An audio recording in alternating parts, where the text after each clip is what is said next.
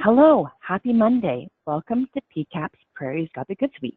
My name is Mroz, and I am the Stewardship Coordinator with Saskatchewan Prairie Conservation Action Plan, or PCAP. This morning, Doke Sawatzky will be talking about the Prairie Commons project.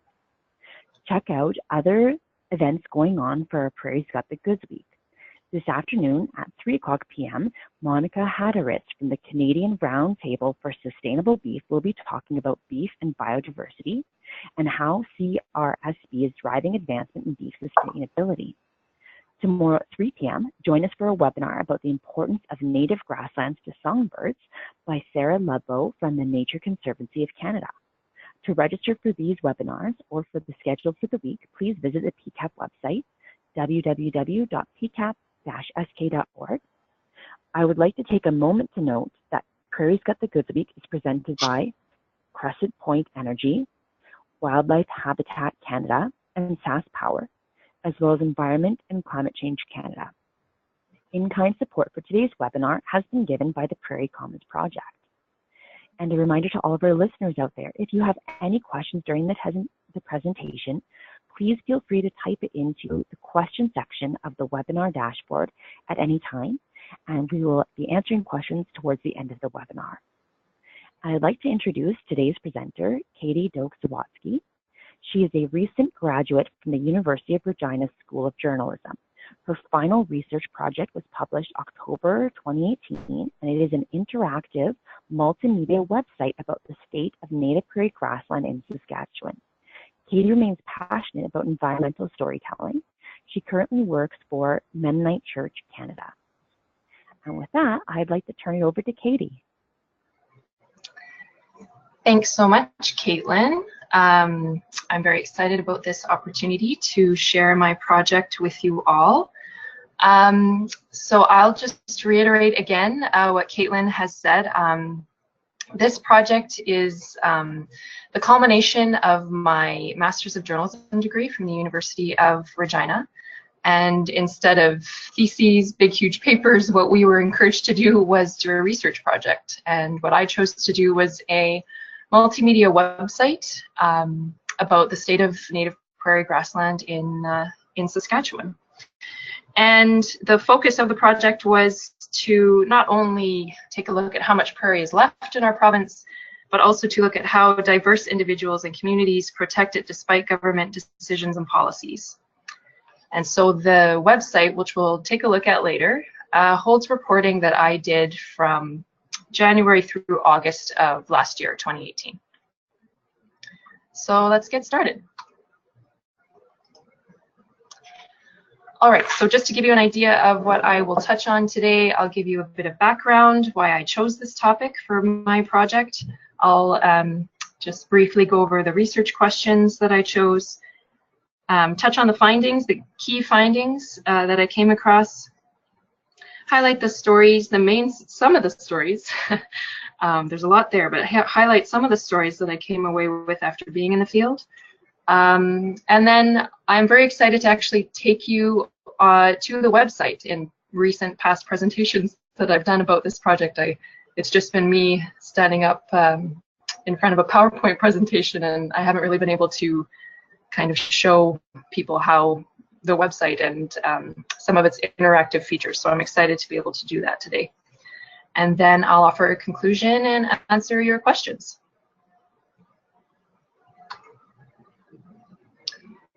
All right, so heading into the background, why did I choose this topic? So once I dug, I knew I wanted to do an environmental story issue in Saskatchewan for my project. So once I dug into conservation issues, it didn't take long at all to learn about the grasslands. And particularly influential for me was a 2001 Native Plant Society of Saskatchewan report entitled Taking Stock of a Vanishing Resource, published in 2001, I already said that. And this report, so 18-year-old report, is still an authoritative report in the conservation community when it comes to how much native prairie is left, and the estimate it has is between 17 and 21%, and often that number is just rounded to 20%. But that figure relies on satellite data from the 1990s. So in fact, the data is 25 years old, I believe, or last year in 2018 it was 25 years old. So now it would be 26 years old, I guess, in 2019. So as a journalist, you're usually looking for more current numbers than that. So I wanted to see if I could find a more recent estimate. Secondly, the state of grassland in Saskatchewan is underreported in the mainstream media. To be fair, when the Prairie Pastures were divested in 2012, for example, there was quite a local media storm around that. But you know, after that decision was made, I think the coverage pretty much petered out. There's been some highlighting of various currents that are still ongoing. For example, the closure of the Saskatchewan Provincial Pasture program that made it into the headlines. But in terms of grassland conservation and that side of things, when it comes to the community pastures or even just grassland conservation in general, in my opinion, it's significantly underreported. And finally, I wanted to undertake an environmental journalism project that motivated readers and viewers to care about the landscape, to put pressure on government policy, and to make a project that educated people about the grassroots collaborative conservation that is already going on in the province. So not just to bat people over the head with numbers, which I find is kind of a pattern with a lot of environmental journalism. You know, we're obsessed with the numbers, which are important, but in terms of motivating people to conserve a landscape, which is what I think everyone wants in the end, you can't just have the facts and the numbers. You need to show what people are doing in their communities, and that's where the storytelling comes in. So I wanted to combine both of those elements, which I think are important, particularly for environmental reporting.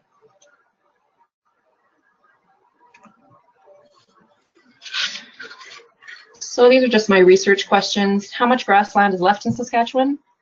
What is the environmental history of Saskatchewan's grasslands since settlement?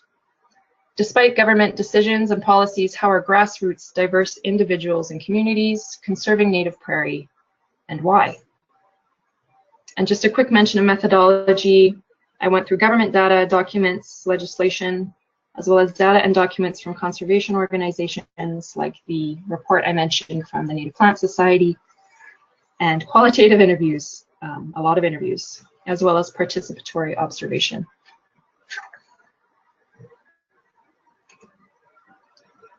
Okay, so here are some of my key findings. So in order to answer that first question, how much grassland is left in Saskatchewan, I teamed up with Joe Pivovar, who is a geography professor at the U of R. He has a special interest in grassland cover in the province. And so what he did was he analyzed satellite imagery from the Agriculture and Agri-Food Canada land use and crop inventory maps, and found a decrease of 3.3 million acres from 1990 to 2015, for a total of 8.2 million acres in 2015, or 13.7% of what has traditionally been considered the prairie ecozone of Saskatchewan. So that would be the 60 million acres of the bottom third of the province. That number comes to me from the Native Plant Society of Saskatchewan.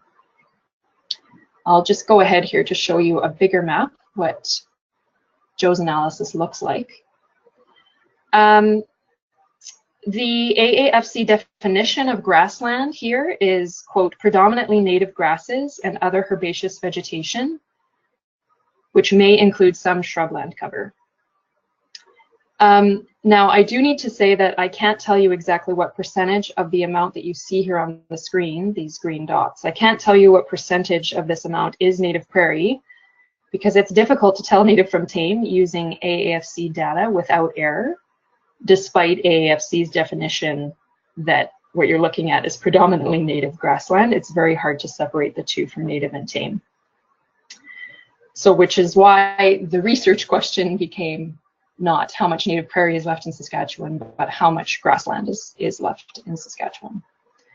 And actually at this point, I'll just put a plug in for Sask Polytechnic. I haven't seen this report yet, but I know that last summer, the timing didn't quite work out for me getting these numbers into my project because I don't think they were quite ready yet. But I know that Sask Polytechnic was doing out in the field and analyzing, I believe it was fly Sask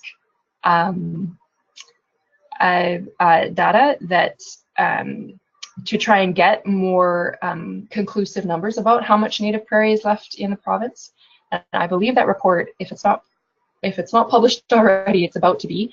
And I believe that their estimate was even lower than the one that Joe came up with, which is definitely a concern.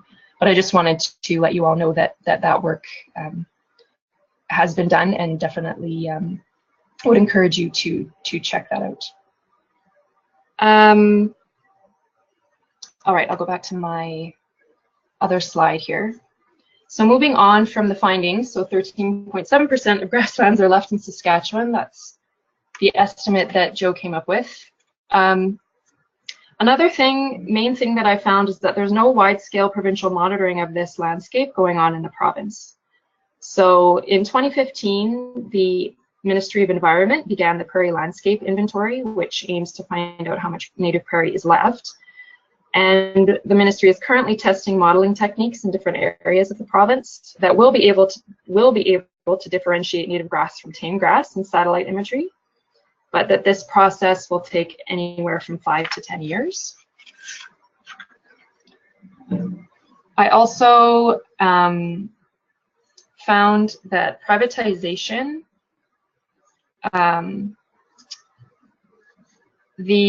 the conservation groups that I spoke with, several of them, the grassroots organizations, consider privatization to also be a threat to grassland native prairie in the province. Nearly 1 million acres of Crown land have been sold over the past 10 years. And because, like I said, there's no wide-scale monitoring system in place, the province doesn't know how much native prairie has been cultivated as a result. This isn't to say that once prairie is sold through Crown land sales that it's immediately cultivated, but with no, my point is that with no monitoring system in place, it's hard to know what is happening to these parcels of fragile ecosystem. Also, due to changes to the Wildlife Habitat and Protections Act, Crown's land with grassland on them, native prairie on them, can still be sold depending on the ecological value of the land. And lastly, grassland conversion to agriculture does continue. And we know this from the 2017 Plowprint report, which the World Wildlife Fund puts out annually. And that reported that the highest rates of conversion in the northern Great Plains were in Saskatchewan and Alberta, mostly in the Aspen Parkland region.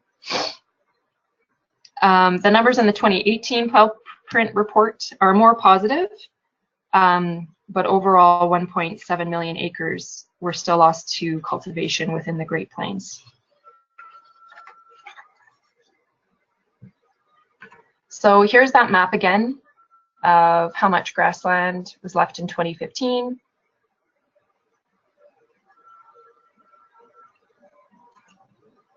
And this is another map that Joe put together. So what the, sorry, just one second.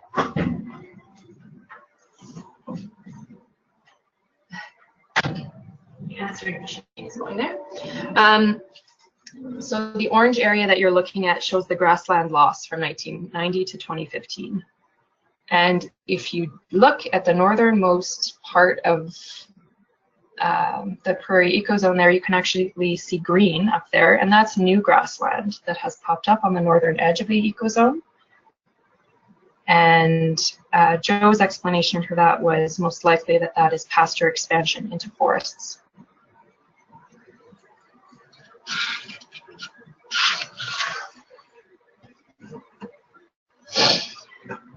Hope I'm not going too fast.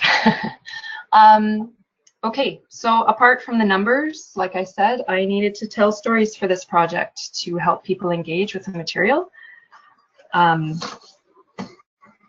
So what I chose to do was to look at native prairie from 3 different perspectives. And the first one was prairie as a spiritual home. So in January of last year, 2018, I went on a rabbit hunt with Phil Brass, who's from Kapikissis First Nation. And as part of a gang prevention strategy, he teaches teenage boys how to hunt on native prairie in his reserve.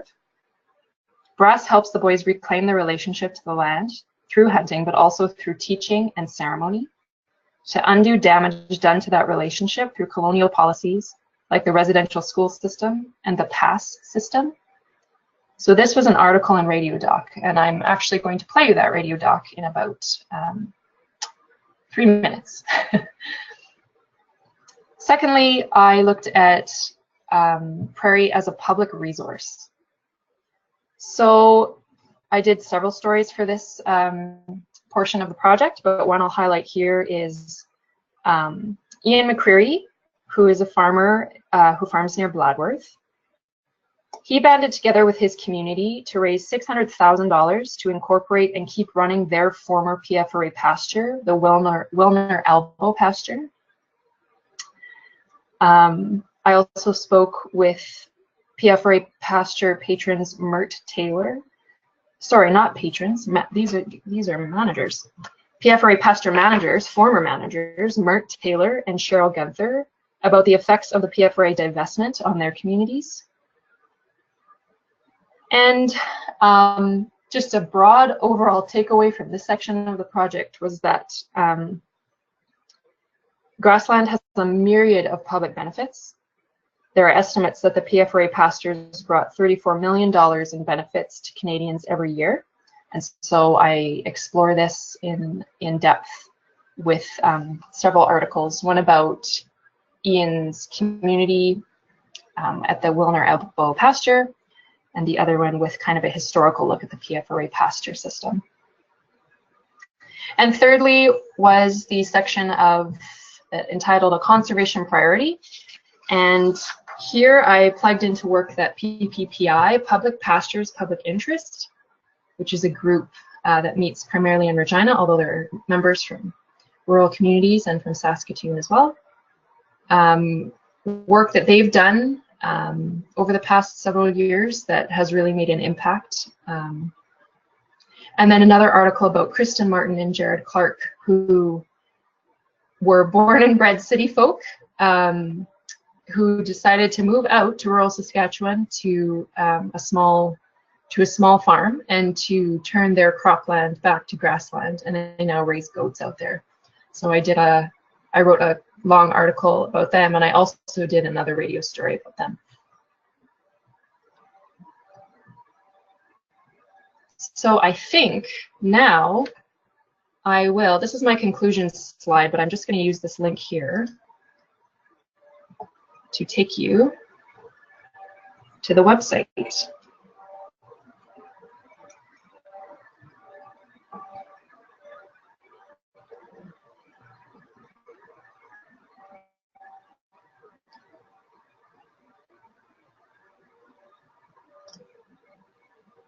All right, so welcome to the Prairie Commons project. So what I will do is, you'll see this menu up at the top here. So these are the 3 sections that I was just telling you about. I'm going to go to a spiritual home.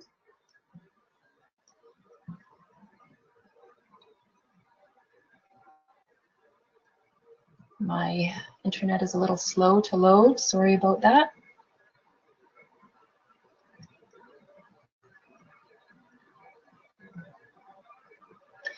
And I'm just going to take the time to play you the radio doc that I put together last winter. So this was in January, February of 2018.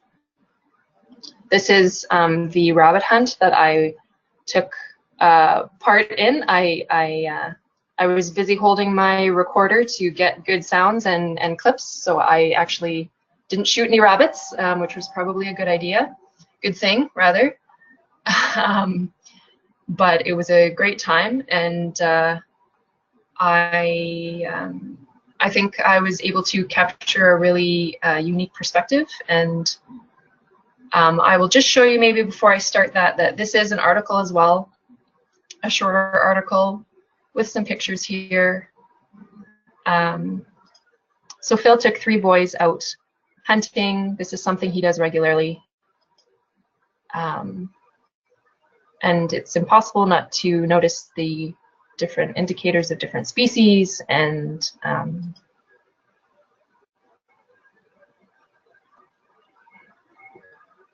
I think those are all the pictures that I have for that story. So, okay, I'm just going to go ahead here, and Caitlin, you can let me know if this isn't coming through.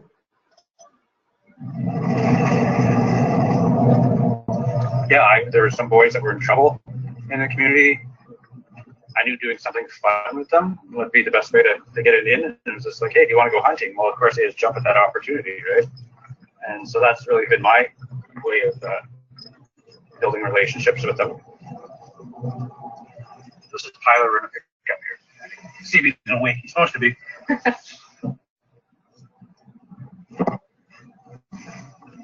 He's just waking up. So we'll go pick up another one and come back to him on the way through.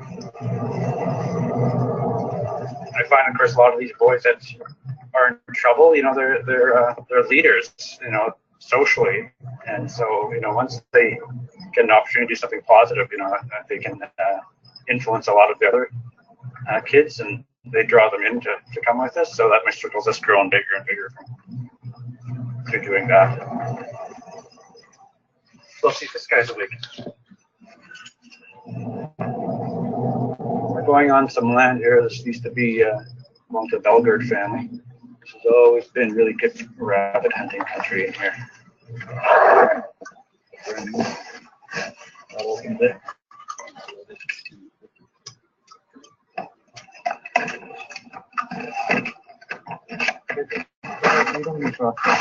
One around the middle, one down each side, all the way down at the end here. It's taken lots of coaching, but, you know, the boys really learning how to work as a team, because they have to stay in formation, right?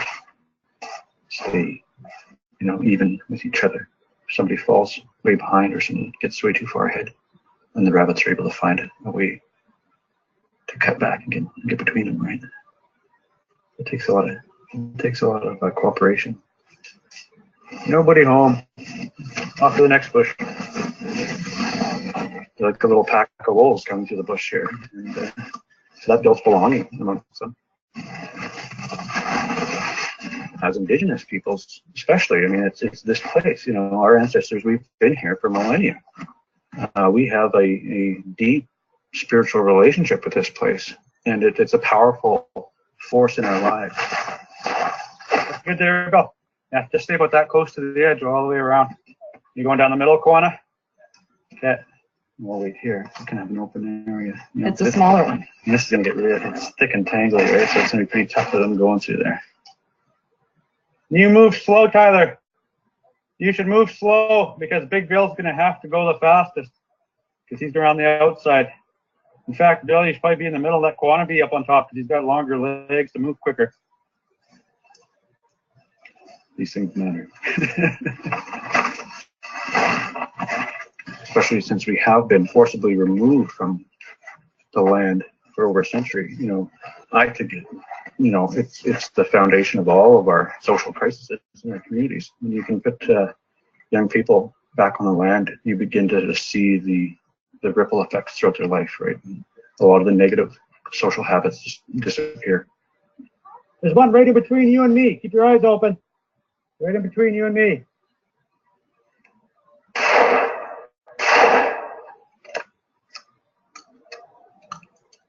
Might have got him, not sure. Yeah, he's right down in the weeds here.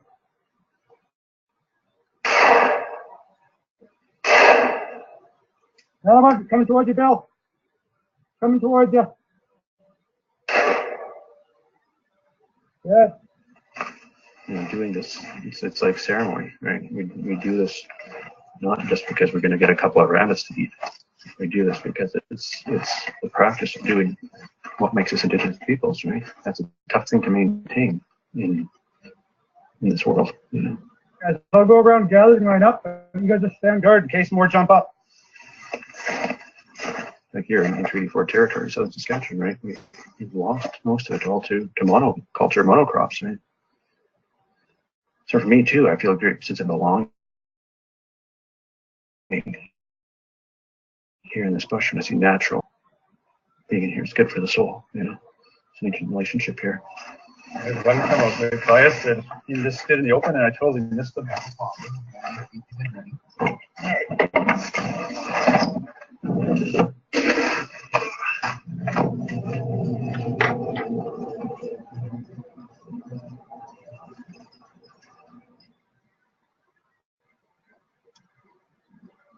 All right.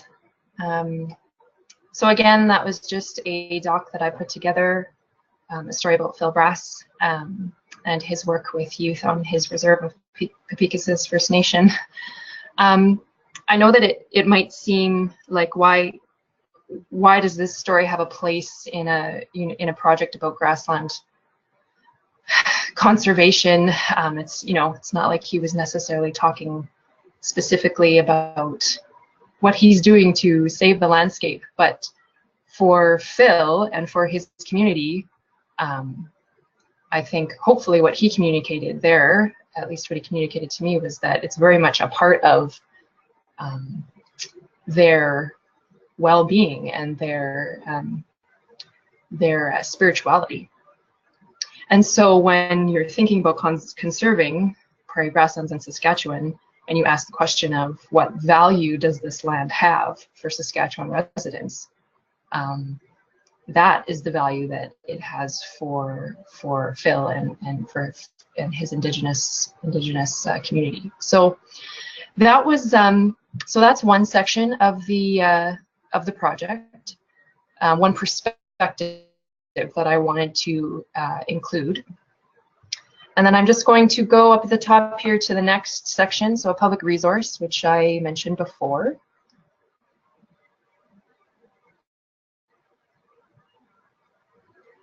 And so you'll see three kind of gateways here. I'm going to go to two of them. I'm going to click here on the PF Community Pastures link.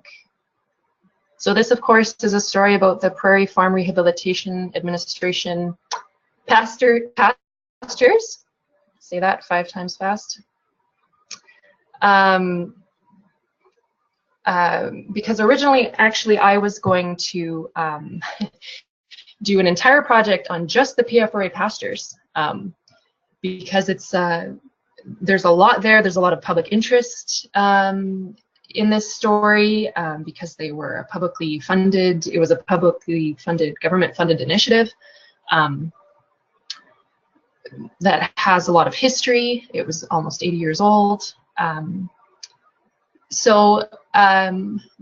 for various reasons, I just decided to take a step back and talk about the larger picture of grasslands in general, and to incorporate the PFRA community pastures into this story. So this is an article. This is Mert Taylor. Mert Taylor. He's a former PFRA pasture manager. Managed Lone Tree and Big Stick pastures in the Southwest. And what Mert, one thing, there's a lot here that you can read about Mert, but one thing that I will highlight if I go down to the pictures here. One thing I'll highlight here is that Mert, in his last years, he retired from the PFRA. But in his last years, he was piloting a fairly new grazing technique, which I believe he called intensive grazing. And what it involved was setting up this electric fence, which you'll see here. My mouse is going along it. And moving it every 3 to 5 days, so that the cattle didn't overgraze the same field. And what he found in his work at the PFRA pastures this is his land. This isn't Prairie pasture. But what he found in his work was that the grass overall was more robust and came back more healthy. So here you can see the fence line here with the cows over there, and then you can see what's already been chewed down to the ground. So again, I have 3 to 5 days here. He comes and he moves this with an electric fence line.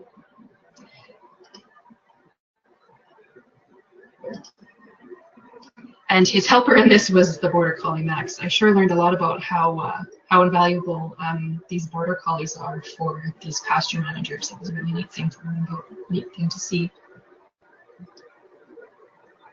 There's lots more here.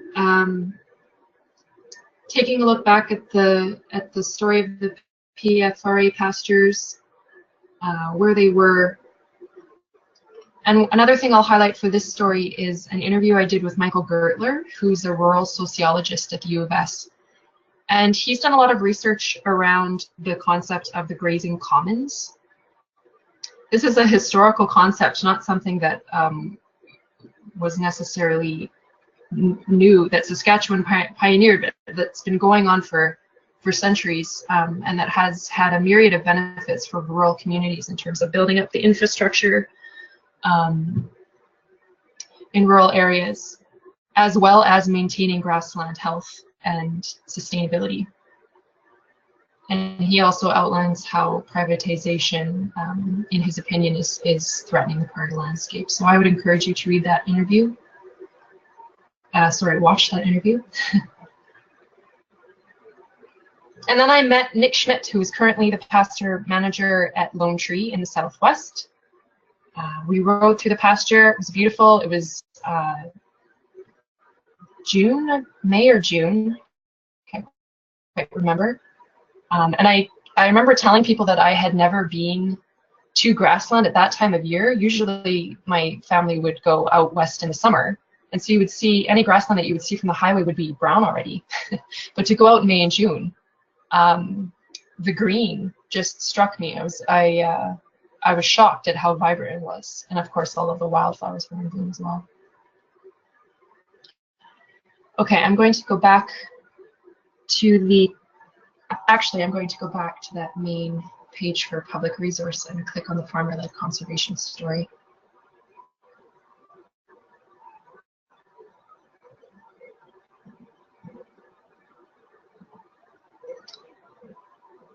So again, this was the story of Ian McCurry and his community near Bladworth. These pictures are from the Willner Elbow pasture tour that I went on in June of last year. And I believe this tour, Ian organizes this tour every year. And the point of it is to bring people from very different backgrounds. So there were government reps there, like government agrologists, specialists. There was an invasive species applicator team there who was doing work on the pasture, because this pasture in particular has a very big leafy spurge infestation. And so those people were there talking about the work that they're doing. And then of course you can see in the background here of this picture are the many, many goats that have been brought in to manage the leafy spurge. And there were also conservation folks there, and I'm trying to think of who else, but that's all I can remember right now. And so what this story outlines is the struggle that Ian and his community had to try and keep this pasture afloat, to kind of shoulder the burden of that leafy spurge infestation once the pasture was divested. So I don't know if everyone knows, but once the Prairie Pastures were divested to the province decided to have the patrons form essentially their own corporations to take over management of these pastures. But for those here at Willner Elbow, that meant taking on, like I said, this leafy spurge infestation,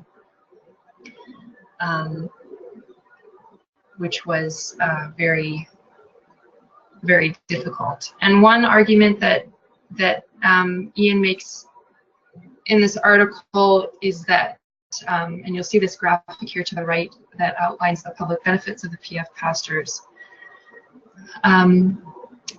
Currently, these patron groups that have inherited these former federal pastures have to pay the same lease amount as a private leaseholder does.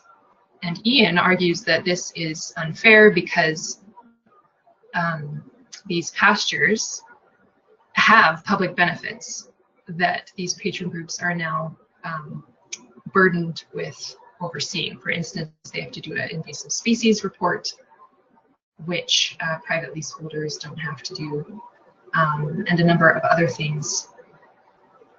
And so this is still a point of tension for Ian, who is the chair, or at least at the time that I wrote this article, was the chair of the Community Pasture Patrons Association of Saskatchewan. So this is something that CPAS is on the forefront for them, and that they want the public to know about.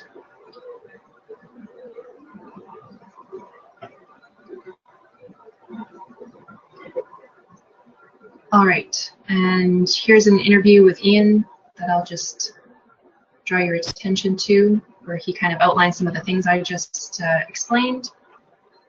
And if you want a comparison of what happened in Manitoba with the PF pastures that were over there, I did explore that a little bit. They've taken a different approach. They still treat the pastures like they did. That was the goal, was treating them as they were treated under the PF system. And so an organization called the Association of Manitoba Community Pastures was formed, that basically sort of maintains some of the same things that the PF system did, although in a slightly different format. And Wally Hone, who is the currently with the Ministry of Agriculture, he offers comment on all of this, as does Rick Ashton, who is the director of the PFRA divestment back when that was happening in 2012. So they offer their perspectives as well. And Jennifer McKillop is here as well. I interviewed Jennifer because she was talking about a grant program that NCC, she's the director of conservation for NCC, Saskatchewan region, and I interviewed her about a grant program that NCC set up for pasture patron groups that helps them pay to have a pasture manager, which was another cost that they've had to shoulder with the PFRA divestment. So there's some neat collaboration going on in terms of producer conservation relationships. And here are just pictures from the tour. Okay, I will just show you one more thing, maybe two more things. I know I'm coming up to my time here. I'll just highlight the conservation priority section. I'm not going to go into these, but these are two stories. This is a Q&A with members of Public Pastures Public Interest that explains why their work was effective during the PFRA pasture divestment and the benefits of sort of a grassroots collaborative approach to conservation. And this story over here is Kristen and Jared, which I mentioned before, and their goat farm near Edenwald. There's also a radio story attached to that. I'm going to go back to the home page and show you one of the more interactive features of the website.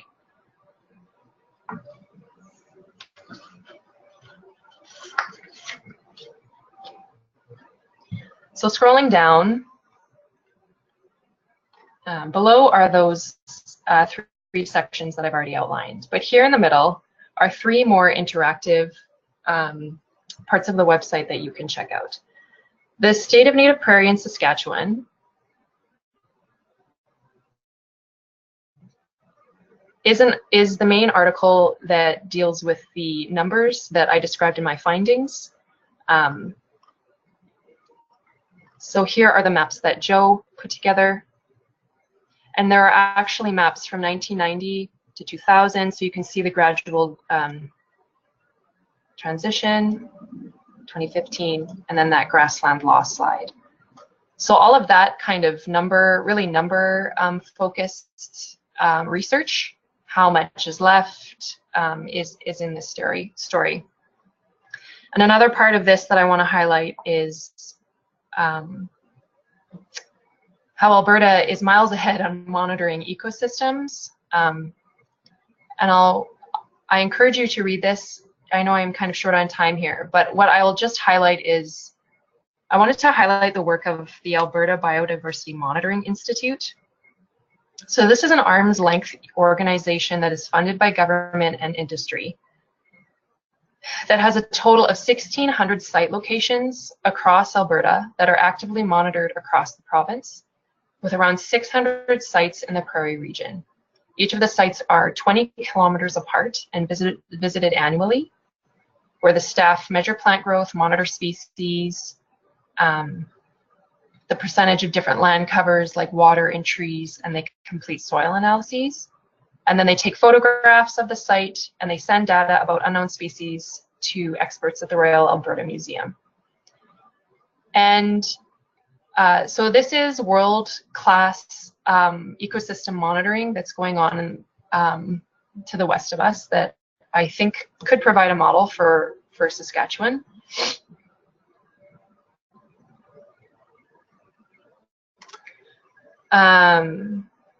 I talked to Majid Iravani, an applied ecologist there, and he argued that the importance of having monitoring biodiversity was so that you have a baseline, first of all, so that you know what you have, and so that patterns of change can be tracked over time. But I thought a particularly good quote from him was that as long as we don't know what we have, we can't really manage it or protect it. So that's what I wanted to highlight there. And that's just stuff about Crown land. But I want to get to the timeline. I realize I have just a few minutes here, but this will be the last thing that I highlight.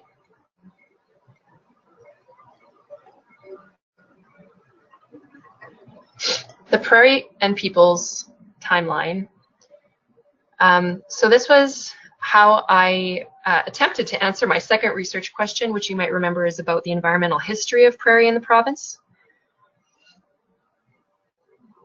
So this is a timeline that basically happens over the past 3 centuries. And what it does is it tries to track the drastic changes that both the landscape, so the prairie landscape in Saskatchewan, and prairie peoples have experienced.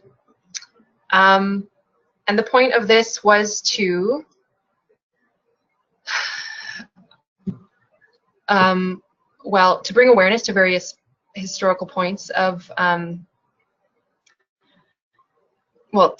to bring awareness about prairie history, because I think when we think about history of the prairies, I think collectively we just go back to the 1930s and the ecological disaster that happened during the Dust Bowl, which is great and good, but I don't know how often we go further back than that to consider what kind of changes the landscape underwent. And so this was kind of my attempt. So I started pretty early in the late 1700s and talk about how horses were embraced by the Plains culture, highlight the fur trade. Sorry, I'm going to kind of zip through these. The residential school system, removing Indigenous peoples from the land. This was a prevalent pattern at this point in time.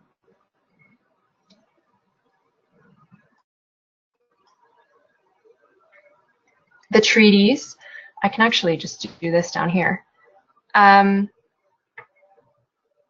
very interesting quotes from the treaty time and Treaty 6. And the pass system, which was an illegal federal government policy that ignored treaty rights to First Nations territories it restricts the movement of Indigenous peoples to their reserves. So in other words, they couldn't leave their reserves without a pass, literally a pass, in order to keep them away from settler communities and to make way for settlers who were coming to farm. So that was a major current that happened before the Dirty 30s that I don't think we think much about. And then, of course, if we jump ahead,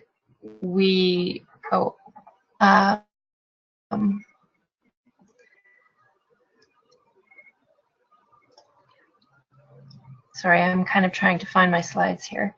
The settlers arrive, and then, of course, there's the Dirty 30s, which was a main thing that I highlighted. But along with that, so that was possibly the low point for the prairies when they were dust was blowing everywhere. But then you have immediately you have the sorry, I was trying to do this without going through every single one. Ecological disaster. I guess I'll just do it that way. That way it's better. Then the government intervenes. So this was an upswing for conservation. And so as you go through, you'll kind of see these upswings and these downswings of things get really bad for the prairie, but then, you know, in the case of the PFRA pasture system, the government kind of rose up and really invested money to try and make the prairie sustainable for both farmers and for the landscape, which meant not tilling a lot of the grassland that was blowing around.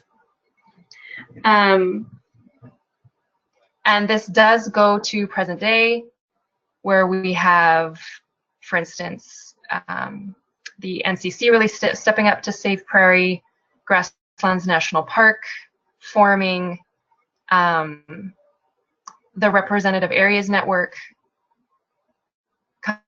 coming to the fore, and bison returning. So it really seems like an upswing, and it is. But then when you get to 2012, you get to the divestiture of the PFRA pastures and this upswing, I keep saying that, upswing of privatization that's now a real reality in the province. So anyways, sorry, that was not very well presented, but I encourage you to go through all of the slides and you'll see kind of this like wave emerging of how prairie and prairie peoples have worked together for conservation at some points and not so much in others. So it kind of gives you a larger picture of what's gone on over a longer time period. And if I go back to my slides, I'll just conclude with this slide. So this quote is from Catherine Arbuthnot, who's a founding member of Public Pastures Public Interest. And it just really encompasses the spirit that I encountered in people as I went about this project, which is that there's this realization out there that it'll take many voices from different backgrounds to affect change. So overall, the purpose of this project was not only to take a snapshot of the state of grasslands in Saskatchewan, but also to motivate the public to care about conserving this landscape through compelling storytelling. By capturing different perspectives, Indigenous hunters, farmers, ranchers, urban citizens, conservationists, I tried to communicate the different values held by this land that we all hold in common. And my hope for the Prairie Commons project is that readers and viewers who see the diversity of people who care about this landscape will be motivated to learn more about conserving it. So again, I encourage you to check out the website and please offer me feedback. My email is on the website. I would love to know what you think. And I think I will end it there. Awesome. Thanks so much, Katie, for the fantastic presentation. You touched on so many different topics. So thank you very much. Thank you to all of our listeners today for tuning in to Katie's presentation. This is the first of many for PCAP's Prairie's Got the Goods Week. We have a few questions that have come in. Some is by one of our regular listeners named Ross. So he has a couple of questions. We'll try to get to as many as we can. So Ross is wondering, what is the largest cause of grassland loss in Saskatchewan? That's an interesting question. Historically, definitely agriculture. I mean, you saw 80% of grassland plowed at the beginning of the 20th century, even before that. But it gets tricky when you start talking about current day, because conversion is still happening, like I outlined, but there's also more kind of, there are threats out there that are harder to see. So, and I don't have numbers to say definitively, this is the one that's the biggest threat right now.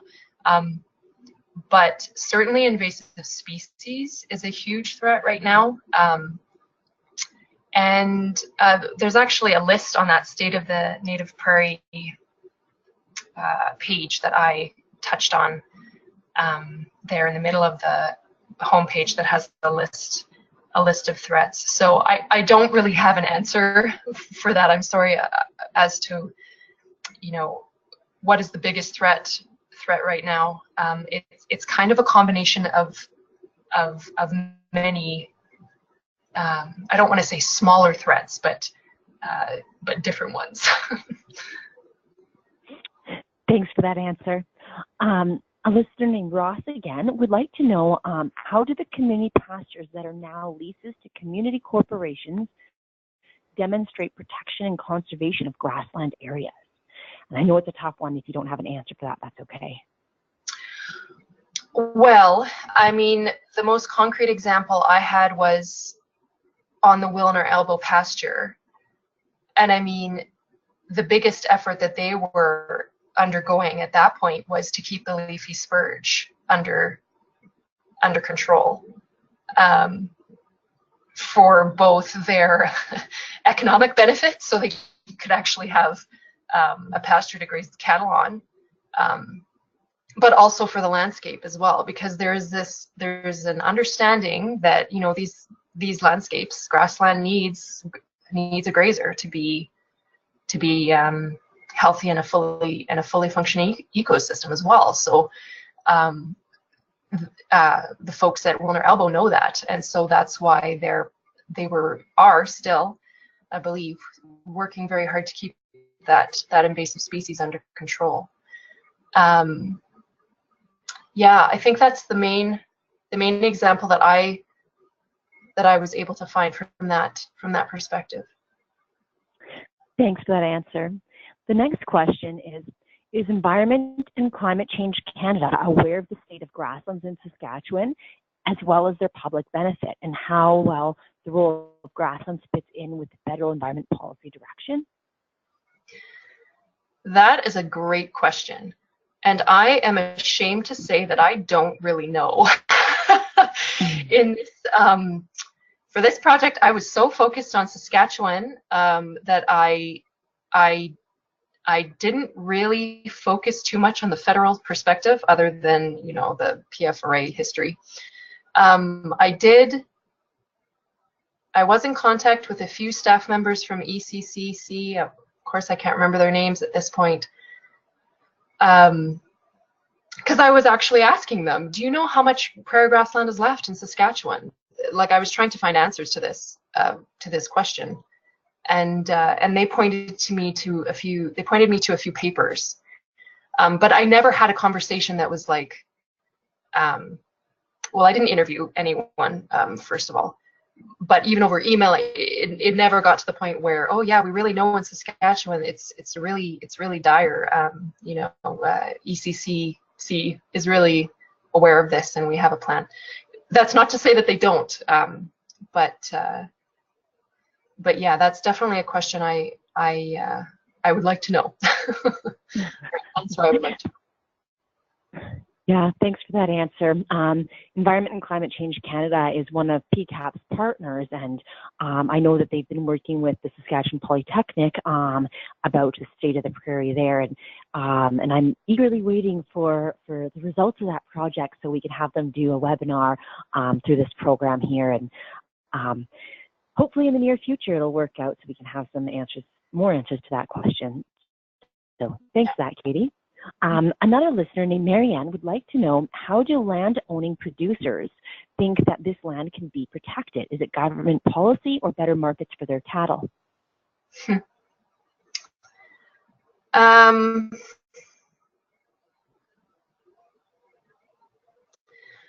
don't know if it was like with Willner Elbow. I have such trouble saying that pasture name.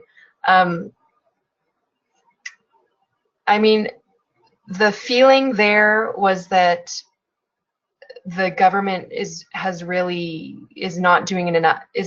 needs to help us out here. That was the feeling there. It could be that, you know, the divestiture of the PFRA system was still a little bit, it was still close to home, maybe, and so maybe that was why that perspective was still strong there. But I think there's also kind of a realization going on in that community, at least, that on the upside of having the pasture kind of land in their laps is that they've had to come together as a community and really figure out how to keep things going.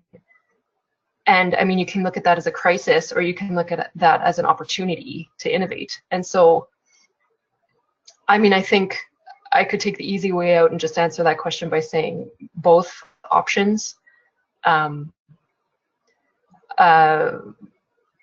But I think certainly they still feel that it's quite a significant burden to put on members of the public, you know, like upholding those public benefits.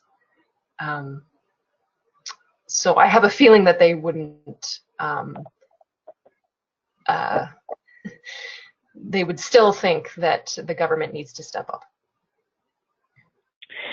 Thanks for that answer. A listener named Rob would like to know if you have considered including a gallery of photos on your website, the photos being submitted by citizens, and it would help reveal the beauty of the grassland. Oh, that's a very cool idea. Yeah, no, that's a great idea. Yeah, having the photos kind of parceled out into the different articles on my site means they kind of get buried, so to kind of feature them in some way would be great. Oh yeah, to have people submit photos, that would be really neat. That should just be its own website, I think. It wouldn't have to be necessarily connected to mine. Yeah, great idea. Cool. Okay. Hey, I think that's all the time we have for questions today. So I just want to thank you again, Katie, for the informative presentation, and your website is really amazing, and I know I'm going to forward the link on to a few of my friends and people I think would find it very interesting. And thanks again to all of our listeners for tuning in today. When you leave this webinar, there will be a quick 1-minute survey that will pop up, and if you don't mind filling that out, we would really appreciate it. It helps us keep our funding to do webinars into the future. So thank you, everyone, and stay tuned for more Prairie's Got the Goods Week activities, and hopefully you can join us for another webinar. Thank you. Have a great day.